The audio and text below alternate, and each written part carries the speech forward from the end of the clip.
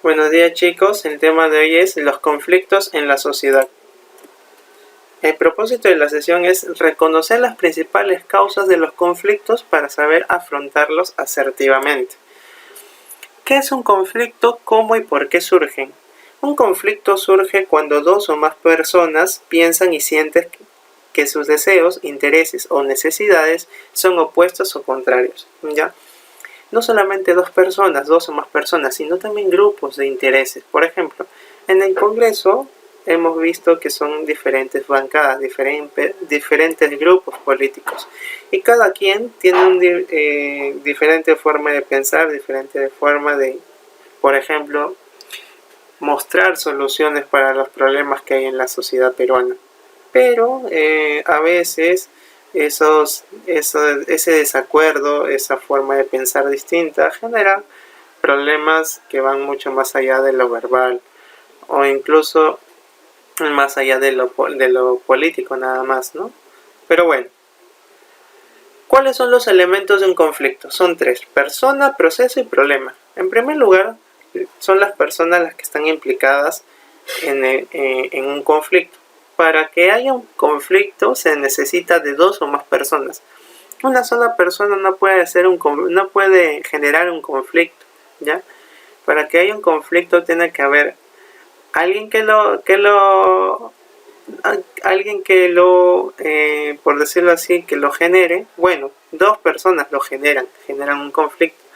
Ya no es que una sola persona genere un conflicto, son dos o más personas que lo generan, ¿ya?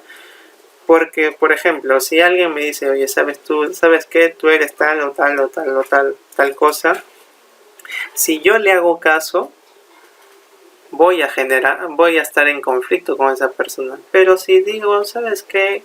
Lo que tú me dices no es cierto y además, a ti no tiene por qué interesarte lo que yo estoy haciendo, mis errores, ¿ya? Pero bueno, si es que yo no le hago caso, no se genera un conflicto. Pero si es que le hago caso, caigo en su juego, se genera un conflicto, ¿sí? Bueno, esas son las personas. El proceso es la forma de cómo las personas creen o quieren solucionar el conflicto, ¿sí? Y el problema es lo que ha generado el conflicto en sí.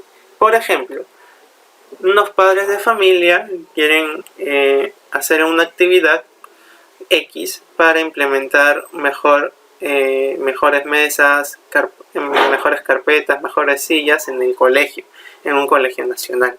¿Ya? Pero ¿qué ocurre?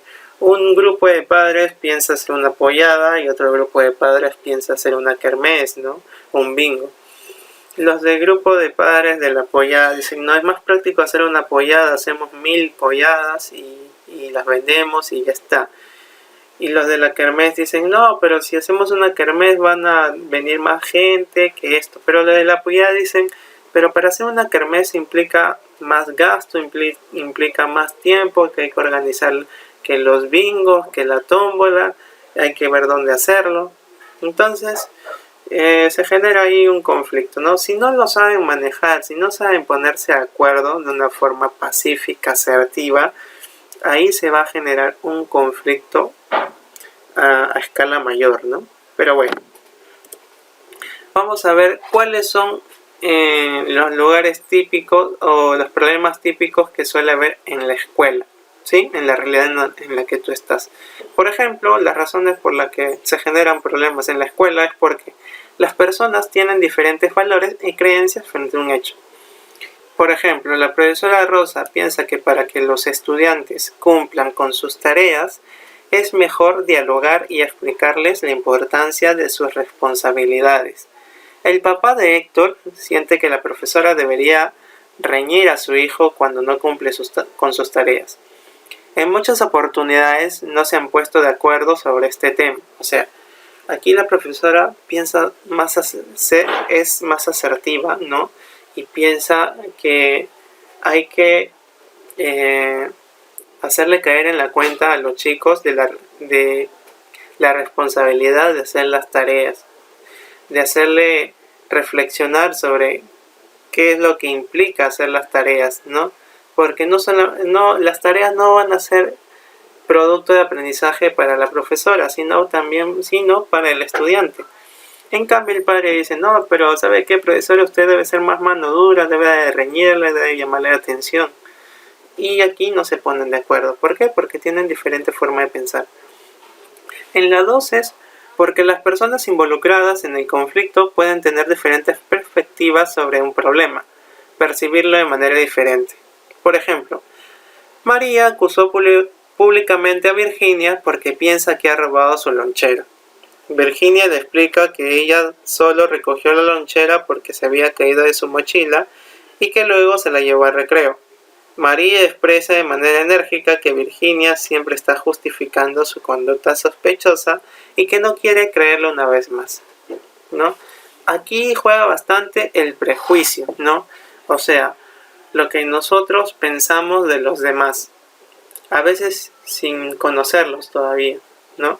A veces miramos a un compañero, a una compañera y decimos, por ejemplo, en primer día de clases, alumnos, estudiantes nuevos, y ves a un compañero nuevo y con solo verlo dices, pucha, qué chinchoso que es este chico, esta chica, me parece que es así, que es asá, pero tú ni siquiera le has hablado. Y es por cuestiones de prejuicios, ¿no? 3. Porque las personas o grupos involucrados perciben que se está frustrando la satisfacción de sus necesidades e intereses. Un grupo de estudiantes de la promoción quiere donarlo parte de su dinero para organizar una obra de teatro en su colegio y otros quieren donarlo a un orfanato, ¿ya? Entonces, aquí también prima las costumbres, los objetivos, la empatía que tenga cada uno, porque uno está pensando solamente en la satisfacción de sus propios compañeros para hacer una obra de teatro en el mismo colegio y otros están pensando en el bienestar de los demás, de personas, de niños que no tienen recursos, que no tienen el cariño de un padre o una madre. Bueno, y la última situación es porque en las relaciones interpersonales puede haber una mala comunicación y las personas no se entienden, ¿verdad? Entonces aquí es cuando, por ejemplo, tú le dices por ejemplo, esto es lo típico, cuando conversas por WhatsApp, por Facebook, por Twitter con un amigo, no es lo mismo que conversarlo personalmente. ¿Por qué? Porque la comunicación ahí es muy rígida, ¿sí? Y no sabes de qué forma, cuál es el rostro que este chico, esta chica está poniendo cuando te lo dice. Porque uno identifica qué es lo que quiere llegar a decir alguien por la comunicación visual que hay, ¿verdad?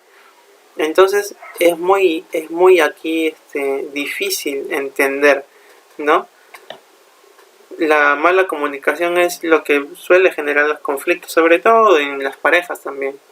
Bueno, chicos, recuerda que después de ver este material también la información de la ficha que se te va a entregar, realiza un organizador visual de tu preferencia, mapa mental, mapa conceptual, cuadro sinóptico, entre otros, en tu cuaderno. También puedes realizar una nueva ficha en tu cuaderno sobre el tema. Finalmente deberás presentar mi trabajo el próximo viernes 17 de abril. Bueno chicos, eso sería todo. Hasta la próxima.